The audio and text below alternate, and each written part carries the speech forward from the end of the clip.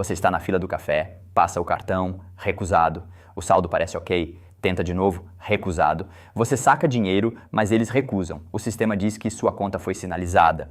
Nenhuma transação em dólar até a liberação. Você não fez nada de errado, não é um criminoso, mas seu dinheiro não é mais seu. Bem-vindo ao choque do Nixon 2.0, mas desta vez o choque não vem da Casa Branca. Vem de fora do sistema do dólar inteiramente e já está acontecendo. Rússia e China agora liquidam 99% de seus 245 bilhões de dólares em comércio sem tocar em um único dólar. A Arábia Saudita, pilar do sistema do petrodólar por 50 anos, acaba de aderir a uma rede de pagamentos em blockchain criada explicitamente para excluir moedas ocidentais. A Índia compra petróleo iraniano em rúpias, Brasil e China negociam soja em yuan. O Banco de Compensações Internacionais, o Banco Central dos Bancos Centrais, acaba de entregar o controle operacional deste sistema paralelo aos mesmíssimos países que o constroem. Se você acha que isso é teoria da conspiração, não é.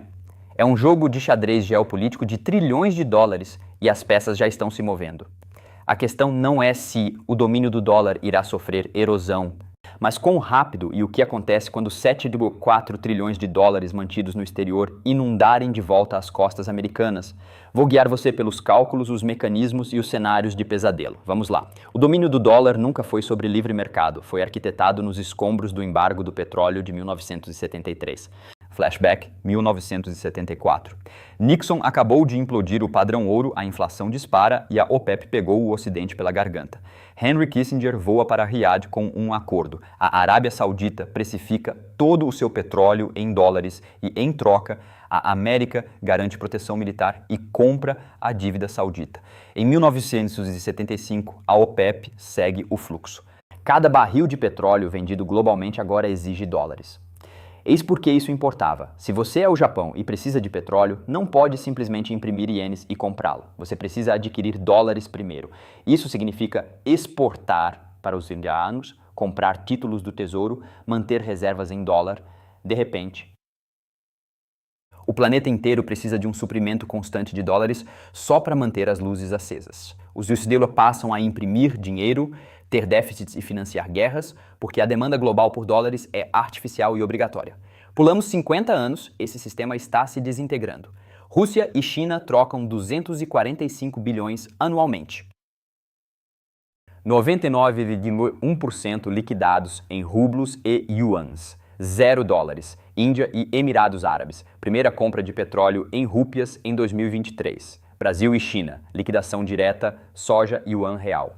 A China compra 70% da soja brasileira sem envolver dólares. A traição da Arábia Saudita em junho de 2024. Os sauditas aderiram ao projeto mBridge, um sistema de pagamento em blockchain projetado por China, Tailândia, Hong Kong e Emirados Árabes para liquidar transações transfronteiriças em moedas locais, contornando o dólar totalmente.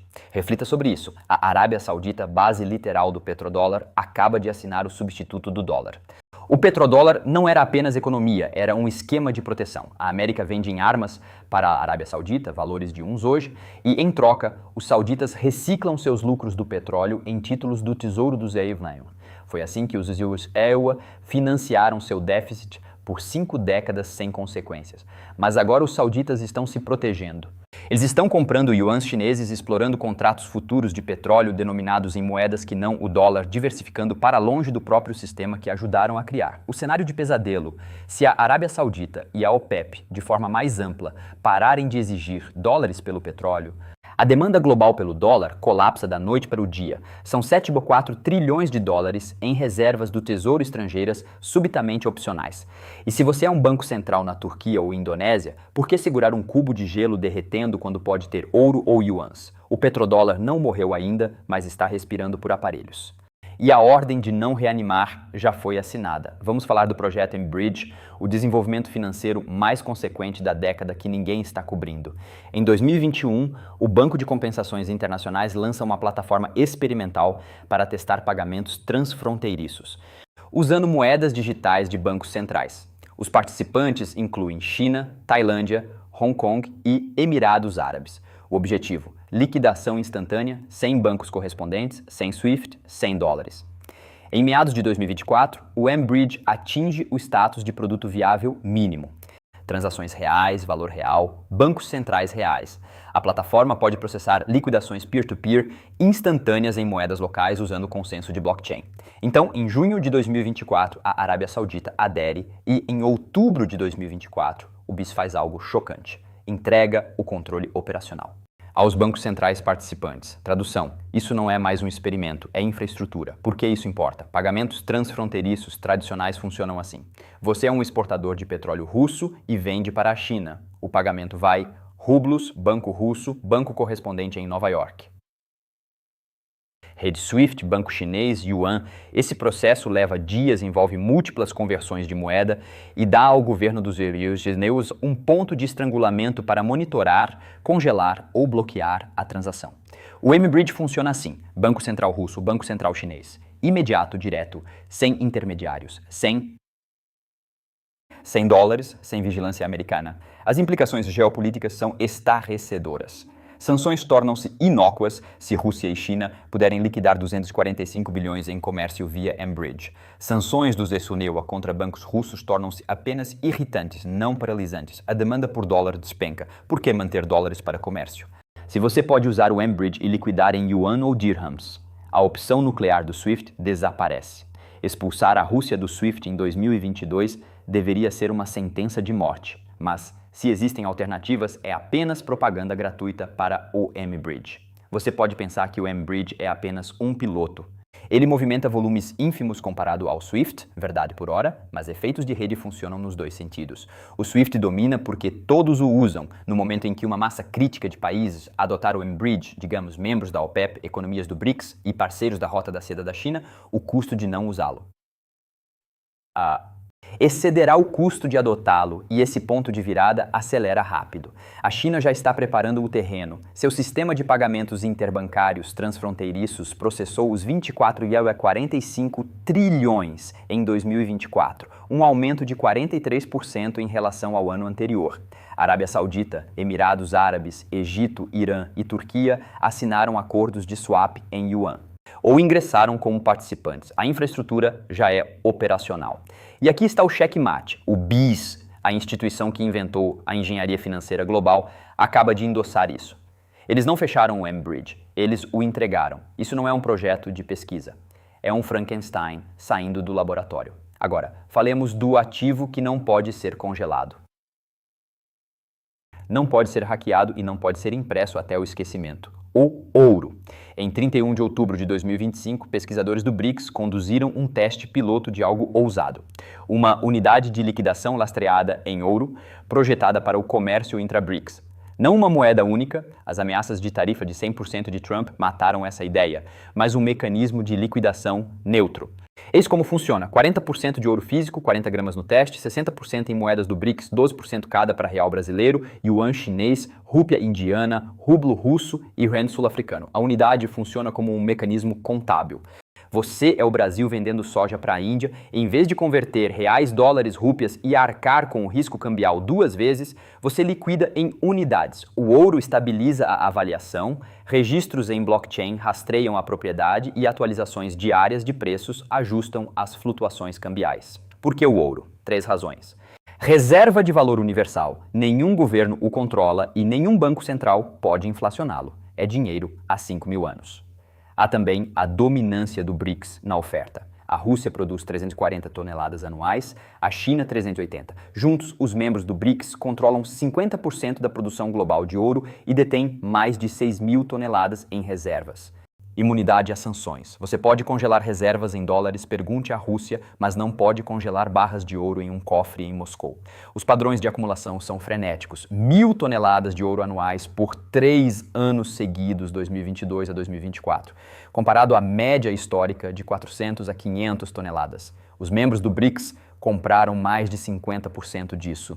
Reservas de ouro da Rússia, 2,336 toneladas. China, 2.098 toneladas e subindo. Índia, 880 toneladas. O Brasil acaba de adicionar 16 toneladas em setembro de 2025, sua primeira compra desde 2021. A fatia do ouro nas reservas cambiais globais subiu de 11% em 2010 para 18% em 2024. Isso é uma realocação estrutural. afastando-se de ativos denominados em dólares. A lógica é estratégica. Se você é um banqueiro central do BRICS, viu os seus congelarem os 300 bilhões em reservas russas, usarem o SWIFT como arma e ameaçarem tarifas de 100% contra quem criar alternativas ao dólar. O ouro é o único ativo genuinamente fora do alcance do sistema financeiro americano. Aqui a coisa esquenta. Em 30 de janeiro de 2025, Donald Trump postou no Truth Social: os países do BRICS enfrentarão tarifas de 100% se tentarem criar uma nova moeda ou apoiar qualquer alternativa ao poderoso dólar americano. Tradução: crie uma alternativa ao dólar e nós faremos um embargo contra você. O impacto político imediato. O presidente do Brasil, Lula, antes o maior defensor de uma moeda do BRICS, retirou discretamente o tema da agenda da presidência brasileira do grupo em 2025. Vladimir Putin, que chegou a exibir um protótipo de nota do BRICS na cúpula de Kazan em outubro de 2024, declarou publicamente em novembro de 2024. Não buscamos abandonar o dólar, isso vindo de um homem cujo país tem 300 bilhões em reservas congeladas. Na cúpula do BRICS de julho de 2025, no Rio, nenhuma menção a uma moeda única na declaração final. As ameaças de Trump funcionaram no curto prazo. Os líderes do BRICS recuaram de planos ousados. De unificação monetária, porque o custo econômico de uma tarifa americana de 100% seria catastrófico. O Brasil exporta os 40 bilhões anuais para Israel. A China exporta mais de os 500 bilhões de dólares. Uma tarifa de 100% é, funcionalmente, um embargo comercial. Mas aqui reside o problema. A coerção compra conformidade, não lealdade, e acelera exatamente a dinâmica que tenta evitar. O Peterson Institute for International Economics modelou as ameaças de Trump. O PIB dos USAs cairia os 432 bilhões de dólares até o fim do segundo mandato e os preços subiriam 1,6%. É um dano econômico auto-infligido para impor a hegemonia do dólar. Enquanto isso, o BRICS não parou de construir alternativas, apenas ficaram mais discretos. O comércio entre Rússia e China em moedas locais ainda é de 99%, a transição operacional do Enbridge ocorreu e o volume dos CIPS subiu 43%. A acumulação de ouro acelera. O paradoxo: as ameaças de Trump provam a vulnerabilidade do dólar ao demonstrar que seu domínio agora exige coerção, em vez de preferência de mercado. Se o dólar fosse genuinamente a melhor moeda para o comércio, você não precisaria de tarifas de 100% para impedir alternativas. O fato de precisar diz a todo banqueiro central do BRICS que este sistema é frágil. Diversifique mais rápido. A visão do Brookings Institution, os IU podem impor sanções secundárias a participantes de terceiros países em sistemas fora do dólar. Mas ao fazer isso, cria-se o paradoxo das sanções. Cada uso de coerção financeira sanciona a construção de alternativas à prova de sanções. Você não está impedindo a desdolarização, está apenas tornando-a mais urgente. Agora, falemos do pesadelo da repatriação. Bancos centrais estrangeiros detêm atualmente os 7,4 trilhões de dólares em reservas de dólares, títulos do tesouro, dívidas de agências, ativos denominados em dólares. Esse número está estável em termos absolutos, mas a fatia do dólar no total de reservas despencou de 85% nos anos 70 para 58,9% no terceiro trimestre de 2025, o nível mais baixo desde 1994. Eis o cenário do juízo final. Se a desdolarização acelerar, se as alternativas do BRICS ganharem tração, se o petróleo deixar de ser cotado em dólares e o Enbridge processar volumes significativos, os bancos centrais estrangeiros começarão a vender títulos do Tesouro, não porque odeiam a América, mas porque não precisam mais de dólares. Imagine que você é a Turquia. Você mantinha os 50 bilhões de dólares em títulos do Tesouro, porque precisava de dólares para comprar petróleo, mas agora compra gás russo via swap de lira por rublo e liquida trocas com a China pelo CIS. Por que manter um ativo que desvaloriza e rende 4% se pode ter ouro ou yuan? Com os 7,4 trilhões de dólares em títulos inundando o mercado, os preços caem e os rendimentos disparam. O custo da dívida dos deuses explode. Já temos um déficit de os 2 trilhões. Imagine financiar isso a 7% em vez de 4%. O Fed terá que escolher quebrar a economia ou imprimir dinheiro e gerar inflação. Os YOU imprimiram mais de 1 trilhão na pandemia para absorver a oferta do Tesouro. Se os 7 trilhões forem repatriados, teremos uma expansão monetária a nível República de Weimar. Mas há um contra-argumento. A desdolarização não causa um despejo imediato de títulos. A demanda pelo dólar é resiliente. Mais de 1 trilhão em papel moeda circulam fora dos emárcios, usados em economias instáveis, mercados paralelos e como reserva de valor. Essa demanda persiste mesmo que o comércio mude. Nenhuma alternativa possui a liquidez do dólar. Não se pode despejar 7 trilhões dólares no yuan. O controle de capitais da China impede a livre movimentação de dinheiro.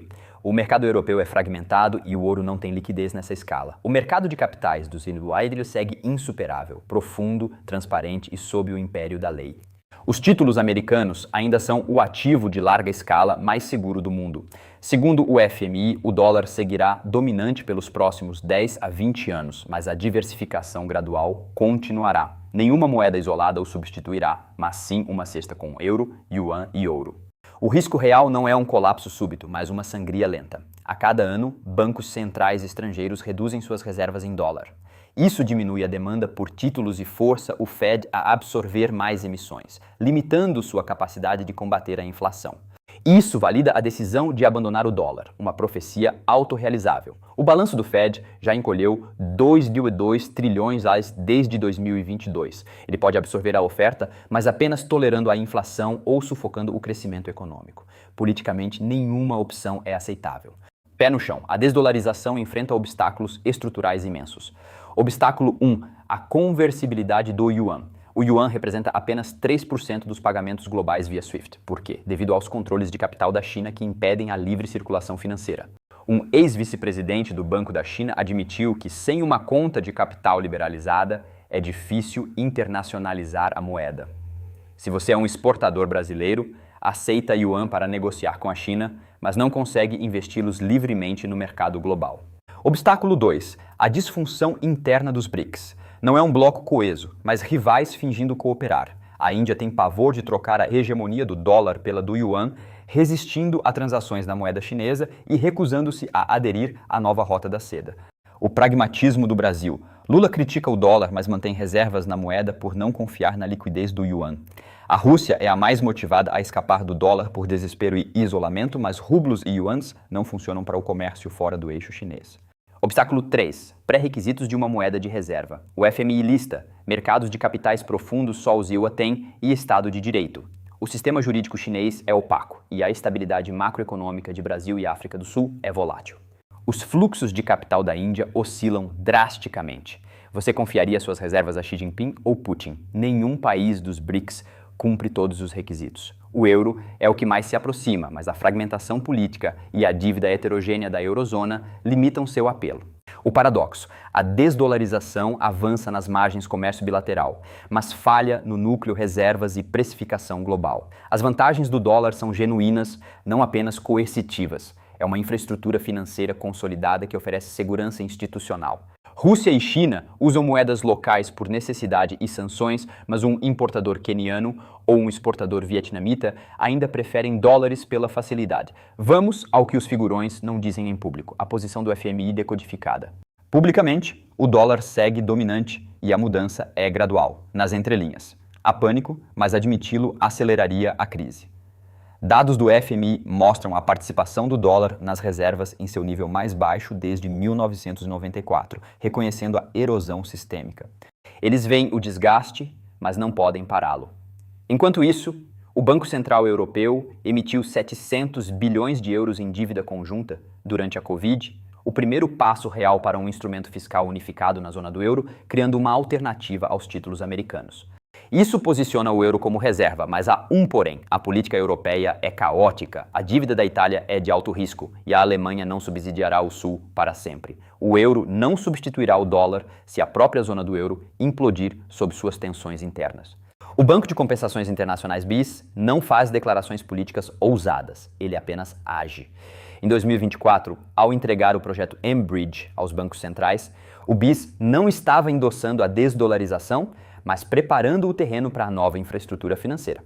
Mas é a tolerância a isso. O BPI poderia ter acabado com o mBridge, mas não o fez. Por quê? Porque até o Banco Central dos bancos centrais reconhece que a militarização do dólar gera demanda por alternativas e suprimir essa demanda exigiria ainda mais sanções. Isso cria um ciclo vicioso de demanda. O que está acontecendo de fato é que a desdolarização é estrutural. 99% do comércio entre Rússia e China é em moedas locais. O volume do CIPS subiu 43%, o mBridge está operacional e o BRICS se expande. Reservas de ouro superam 6 mil toneladas e seguem subindo. A fatia do dólar nas reservas é a menor desde 1994, mas não é um colapso, é uma erosão. O dólar ainda domina 88% das transações cambiais e os títulos do Tesouro dos AGUC continuam sendo o mercado mais profundo e líquido do mundo.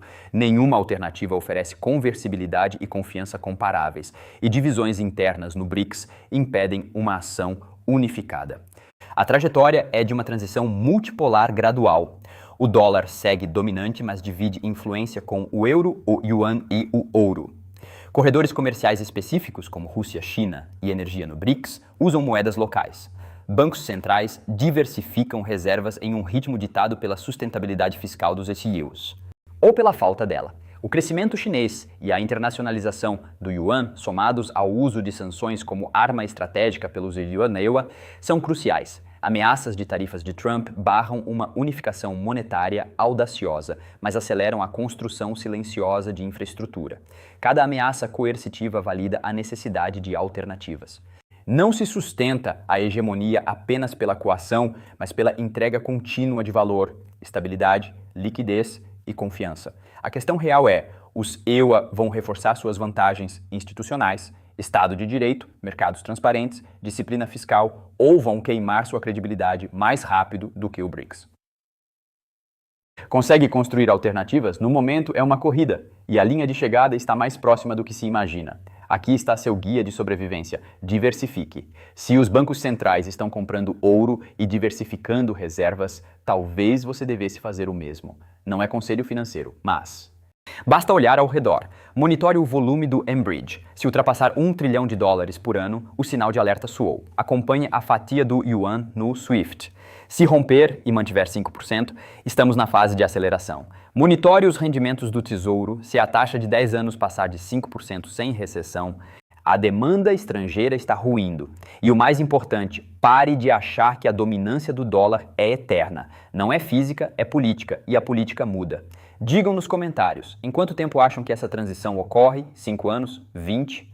Ou o dólar é realmente invencível? Se isso te abriu os olhos, deixa o like para o algoritmo saber que as pessoas se importam com liberdade financeira, não só com vídeos de gatos. Inscreva-se para mais análises profundas e compartilhe com quem ainda acha que o dólar é lastreado em ouro. Porque não é. Ele é sustentado pelo momentum e o ímpeto funciona muito bem até que para. Vejo vocês no próximo vídeo. Fiquem atentos.